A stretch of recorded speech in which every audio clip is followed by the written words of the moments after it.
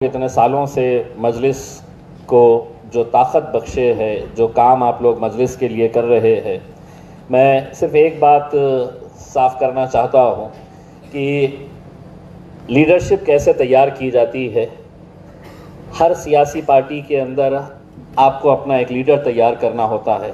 मुझे खुशी है कि इतने सारे लीडर्स अल्हम्दुलिल्लाह इम्तियाज़ जलील ने पैदा किया है इसके अंदर, और यही लोग अब आप लोगों के अंदर बहुत सारे लीडर्स पैदा करने की कोशिश कर रहे हैं और इंशाअल्लाह अल्लाह हमें उसमें कामयाबी नसीब करेगा। आने वाले वक्त के अंदर आप लोग जैसा जानते हैं, और हमने कई बार सीट जीती है, मालेगांव में, धुलिया में एक सीट जीती है करके, आज मैं इतना यकीन के साथ कह सकता हूँ कि महाराष्ट्र के छोटे से छोटे गांव तक मजलिस इत्तेहादुल मुस्लिमीन पहुँच चुकी है इसमें। और ये उस वक्त हमें एहसास होता है जब हम किसी ज़िले के दौरे के ऊपर निकलते हैं और छोटे छोटे गाँव के अंदर वहाँ पर 100-100, 200-200, 500 बच्चे खड़े हुए होते हैं। और मैंने कई मरतबा ऐसा देखा है कि घंटों वो बच्चे इस इंतज़ार के अंदर रहते हैं कि हमारा अपना लीडर आने वाला है करके। ये लीडर कभी कोई और हुआ करते थे, हमारे बच्चे किसी और के लिए इंतज़ार किया करते थे उसमें, तब उनके दिल में इतनी खुशी नहीं होती थी। अब वो दिल से इंतज़ार करते हैं क्योंकि उनका अपना एक भाई आने वाला रहता है। वो सारी दुश्मनियों को दूर करके, सारी दुश्मनियों को दरकिनार करके वो एक साथ मिलकर आ जाते हैं सिर्फ सत्ता बनाने के लिए। लेकिन अगर किसी को दूर रखना चाहते हैं तो वो मजलिस इत्तेहादुल मुस्लिमीन को, उसका ज़िंदा अगर मैं आपको बताऊं कि बिहार का इलेक्शन, हमने जब बिहार के पिछले 5 साल पहले जब हम इलेक्शन के लिए वहाँ पर प्रचार करने के लिए गए थे, किन मेहनतों से सभी लोगों ने, उसमें से आप लोगों का भी योगदान था कि आप लोगों ने भी वहाँ पर आकर प्रचार किया, जमकर मेहनत की, और नतीजा ये हुआ कि हम वहाँ पर 5 सीटें जीते। उसके बाद जो भी हुआ खैर आप सभी लोग जानते हैं। लेकिन इस बार जब मजलिस इत्तेहादुल मुस्लिमीन दोबारा बिहार के अंदर इलेक्शन लड़ना चाह रही, तो हम जो 5 सीटें जीते हुए थे, वो 5 के साथ हम सिर्फ एक एक्स्ट्रा सीट मांग रहे थे। हमने 6 सीट मांगे, लिख कर दिए हमारे अख्तरुल ईमान साहब ने।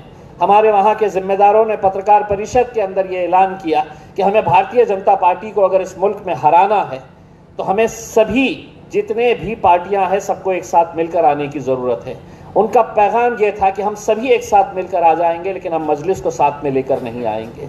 यानी कि इसका मतलब ये है कि हमें इनका वोट चाहिए लेकिन इनकी लीडरशिप नहीं चाहिए। हमें इनकी ज़रूरत तो बहुत है, लेकिन हम असदुद्दीन अवैसी साहब को हमारी सफ़ों के अंदर हम बिठाएंगे नहीं करके। उसमें 6 सीटें, सिर्फ 6 सीटें मांगी गई थी। लेकिन आरजेडी के तेजस्वी यादव ने कहा कि अगर आपको बीजेपी से इतनी ही नफरत है तो आप इलेक्शन ही ना लड़े। इस तरह का सुझाव हमको दिया गया, उस पार्टी को जिसने 5 सीटें जीत कर आई थी बिहार के अंदर। अब इंशाअल्लाह हम जा रहे हैं और बिहार के अंदर दिखाएंगे कि अब मजलिस की ताकत वहां पर कितनी बड़ी है। तुम हमारे एमएलएस को खरीद सकते हैं, खरीद लिए थे, लेकिन आज उनकी भी हालत देख लीजिएगा कि जिसके भरोसे के ऊपर वो गए थे उनको टिकट ही नहीं मिला है। सियासत ही उनकी ख़त्म हो गई है। इसीलिए जब आप लोगों को देखता हूँ तो एक बात, कोई जज्बात में आकर फैसले ना करे कि भाई मुझे टिकट नहीं मिला, मैं तो इतने सालों से था करके। मजलिस जब औरंगाबाद के अंदर आई थी, यकीन मानिए मेरे से पहले बहुत सारे ऐसे दीवाने थे जिन्होंने मजलिस का झंडा थामे हुए थे। इम्तियाज़ जलील तो पैराशूट से उतर कर आया, असदुद्दीन अवैसी साहब ने यह फैसला किया कि इम्तियाज़ जलील को टिकट देना है, लेकिन अल्हम्दुलिल्लाह यहाँ के वो नौजवान जो मजलिस का झंडा पकड़े हुए थे, उसमें बहुत सारे यहाँ पर मौजूद हैं। बहुत सारे लोगों ने वो मेहनत और मशक्क़त की थी, लेकिन असदुद्दीन अवैसी साहब का जब फैसला आया तो उन्होंने सबने उसके ऊपर लब्बैक कहा। ये जब इलेक्शन आते हैं महानगर पालिका का ख़ास तौर से, तो सबसे ज़्यादा अगर कोई टेंशन में रहता है, सबसे ज़्यादा अगर कोई किसी की नींद हराम होती है तो वो इम्तियाज़ जलील की होती है। वो इसलिए होती है कि हम बहुत सारे रिश्ते बनाते हैं, लेकिन इलेक्शन का जब वक्त आता है, मैंने मेरे इलेक्शन के वक्त में एक नज़्म सुनाई थी कि आहिस्ता चले ज़िंदगी कई कर्ज चुकाना बाकी है, तो उसमें एक मिसरा था, कुछ रिश्ते बन के टूट गए, कुछ बनते बनते छूट गए। तो ये इलेक्शन एक ऐसा इलेक्शन है कि जहाँ पर टिकट मांगने वाले तो बहुत रहेंगे, लेकिन फैसला किसी एक को पर किया जा सकता है। और यकीनन कोई भी सियासी पार्टी जब कोई फैसला करती है तो कोई हारने के लिए नहीं करती है, जीतने के एतबार से ही करती है। लेकिन उम्मीदवार को ऐसा लगता है कि नहीं, मेरे से बेहतर कैंडिडेट कोई हो नहीं सकता है करके मुझे ही मिलना चाहिए था उसमें। सियासी जमातें उसी वक्त कामयाब होगी जब आप अपने कायद, अपने पार्टी के सीनियर्स के फैसलों को कबूल करेंगे। उसमें समीर साजिद की ये मोहब्बत है कि वो कहते हैं कि इम्तियाज़ जलील फैसला लेगा करके। अगर इम्तियाज़ जलील अगर फैसला अकेले अगर लेगा तो शायद ये कमेटी बनाता नहीं था इम्तियाज़ जलील, शायद वो जिम्मेदारियां इन लोगों के ऊपर देता नहीं था। मैं खुद बैठता था, मैं खुद फैसला करता था उसमें कि जिसको देने का है करके। लेकिन आज अगर हमने ये कमेटी बनाए और ये कमेटी के अंडर में भी और सब कमिटीज़ बनाई जा रही है, जैसे कोऑर्डिनेटर्स बनाए जा रहे हैं, जैसे जिम्मेदार बनाए जा रहे हैं, किसी की सरपरस्ती के अंदर इलेक्शन लड़ा जा रहा है, वही लोग फैसला करेंगे, फैसला करके अपनी रिपोर्ट देंगे और जो भी कमेटी इसके ऊपर फैसला करेगी तो उस हिसाब से फैसला लिया जाएगा, निर्णय लिया जाएगा। ये बात बिल्कुल सही है कि लोग समझते हैं इनको क्या, मेरा तो डायरेक्ट कनेक्शन इम्तियाज़ जलील से है, मैं इनको क्यों सुनूंगा। और कुछ तो ऐसे है, इम्तियाज़ जलील कौन, मैं तो असद साहब कोई एमएलए, मैं तो उनको भी जानता हूँ, तो ये मेरे को काट दिए या इसने भी काट दिया तो मैं ऊपर से लेके आऊँगा। नहीं मेरे भाई, असदुद्दीन अवैसी साहब की अगर शख्सियत को आप अच्छी तरह से समझेंगे तो आज बहुत सारे लोग महाराष्ट्र के उनके पास चले जाते हैं, वहीं से वो फ़ोन लगाते हैं और मेरे हवाले कर डालते हैं कि देखिए ये आए हुए हैं, इनको संभालिए। तो ये मत समझना कि खामोशी से चले जाएंगे, असद साहब को बता देंगे करके। मेरा और आपका मकसद क्या है, मजलिस मजबूत होना चाहिए, मजलिस कामयाब होना चाहिए करके, ये हमारे दोनों का मकसद है इसमें। और इस मकसद को हासिल करने के लिए हमें कई जगह के ऊपर कुर्बानियाँ देना पड़ेगा, यकीनन कुर्बानियाँ देना पड़ेगा उसमें। आज आपने देखे हैं कि मजलिस का दामन छोड़कर जो चले गए हैं कि साहब मुझे नहीं मिला तो मैं गया, और गया तो पूरी तरह से गया, अब कहीं का नहीं रहा। तो ऐसे कोई जज्बात में आकर ऐसे कोई फैसले ना करे कि जिसकी वजह से आपका सियासी वजूद, आपकी सियासी पहचान, आपकी सियासी शिनाख्त जो है वो पूरी तरह से ख़त्म हो जाए। और उसके बहुत सारे एग्जाम्पल्स महाराष्ट्र के अंदर, हिंदुस्तान के अंदर आपको देखने को मिलते हैं। इसमें पंचायत समिति का इलेक्शन हो, ज़िला परिषद का हो, नगर अध्यक्ष का, नगर पालिका का, महानगर पालिका का, ये अगले 3 महीने ही है जो हम इन 3 महीनों के अंदर अगर सही तरीके से अगर मेहनत कर ले तो मैं असद साहब को इतना तो यकीन दिलाया हूँ कि साहब शायद आपको भी यकीन नहीं होगा, लेकिन इस बार महाराष्ट्र के अंदर जो मजलिस के नतीजे आएंगे वो आपको भी चौंका देंगे इंशाअल्लाह। क्योंकि हम जिस हालात से गुजर रहे हैं, अब हालात का मतलब ये है कि पुणे का शनिवार वाड़ा एक इतिहास है उसका, छत्रपति शिवाजी महाराज पेशवाओं का के दौर का वो एक मॉन्यूमेंट है।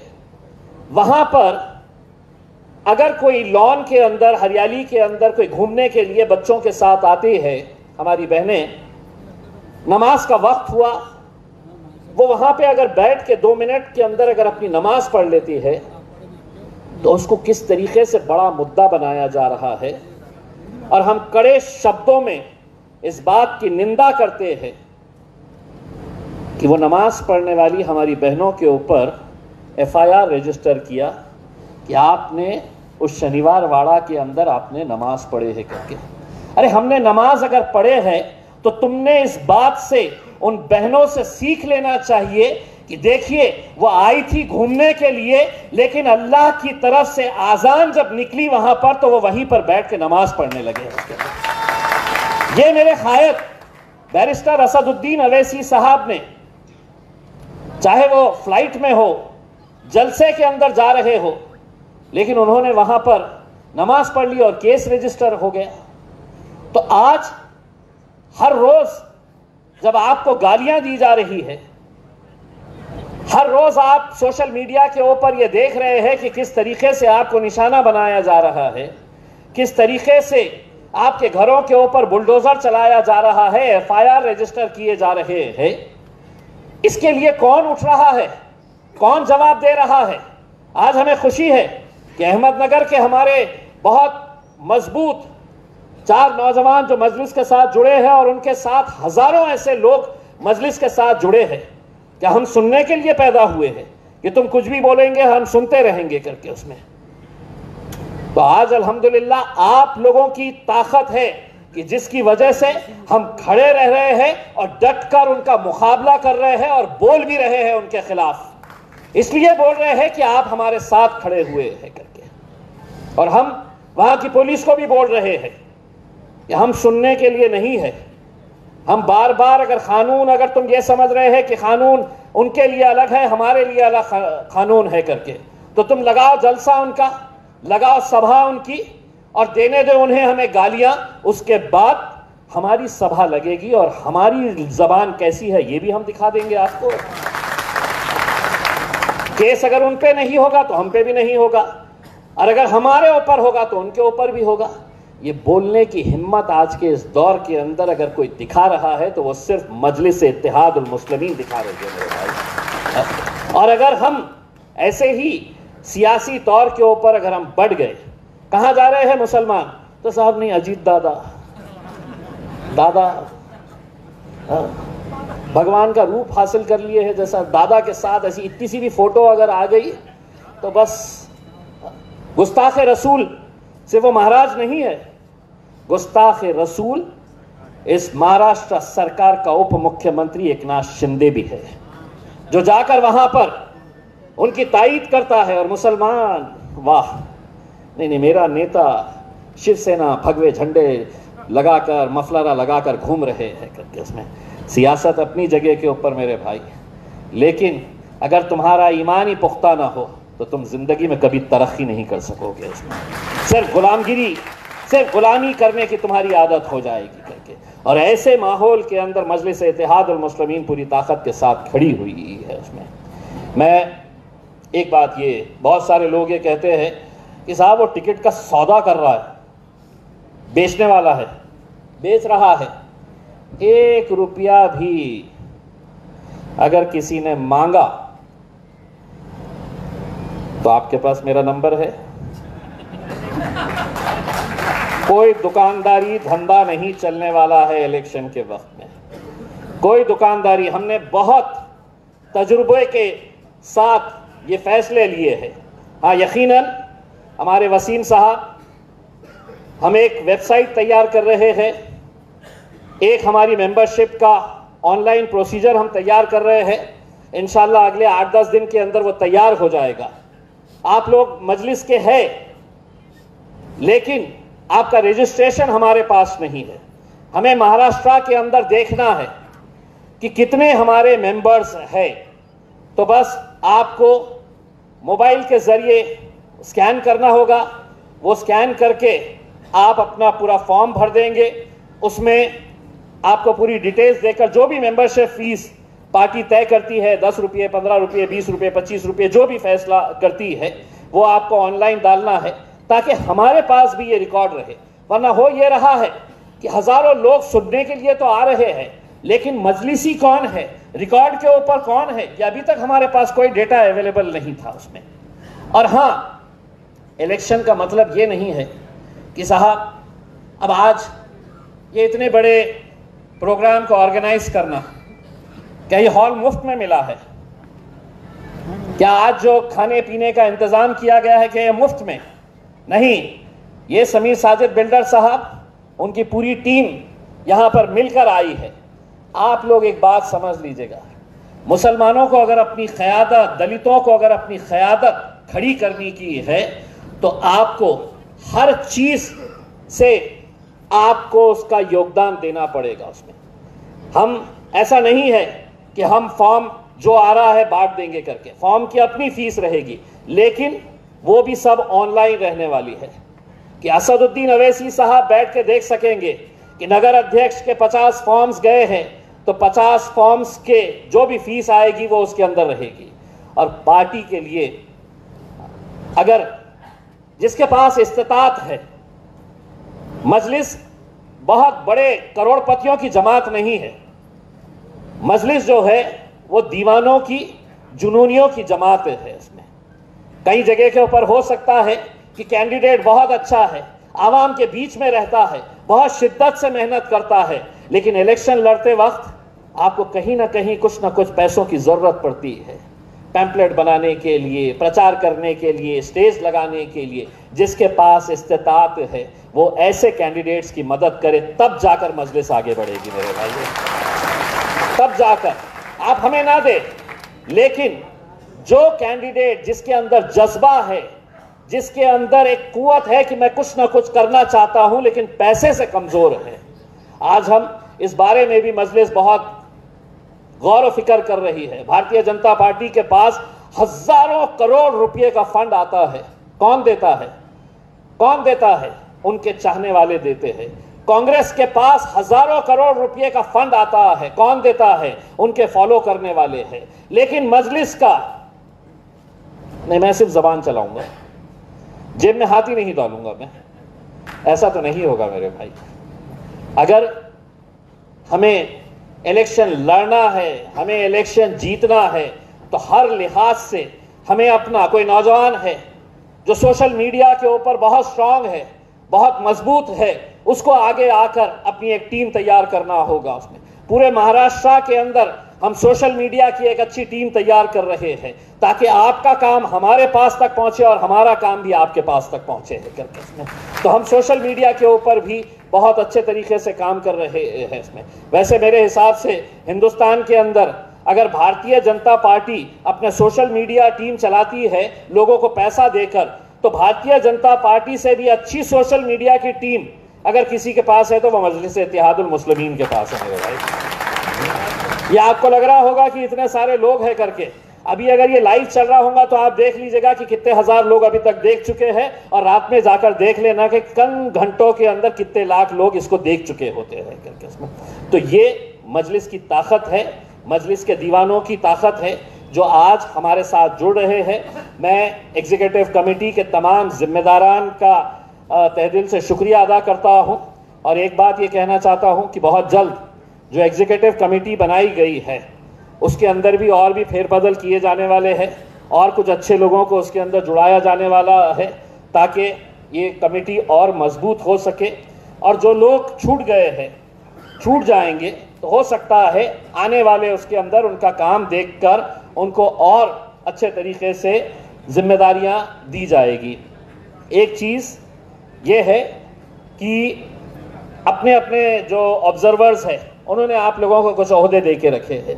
किसी को कोऑर्डिनेटर बनाया है, किसी को शहर अध्यक्ष, किसी को ज़िला अध्यक्ष, किसी को ये पद, किसी को वो पद, उन्होंने अपने तौर के ऊपर बनाए हैं। इसमें मैंने उनसे ये कहा है, जिस ज़िले की जिम्मेदारी आपने दिए हैं वहाँ के जिम्मेदार इलेक्शन के दूसरे दिन जब इंशाल्लाह हमसे मिलने के लिए आएंगे, आपने ये कह देना हमें कि हमको इस आदमी को जिला अध्यक्ष बनाना है, इसको शहर अध्यक्ष बनाना है, उसी दिन मजलिस का लेटर लेके चले जाना आपने। लेकिन नतीजे ही नहीं लेके आएंगे, लेकिन मुझे पद चाहिए, पद दो, पद दो, पद दो। कितने सारे लोग कहां कहां से सिफारिशें लगा रहे हैं कि मुझे ये बना दो, मुझे वो बना दो। क्यों? क्या आज यहां पर हमने पूरी बॉडी अगर बर्खास्त करे है तो क्या मजलिस नहीं चल रही है? मुझे पद देंगे तो ही मैं काम करूंगा, ऐसा नहीं होगा मेरे भाई। आप पद के हकदार हैं।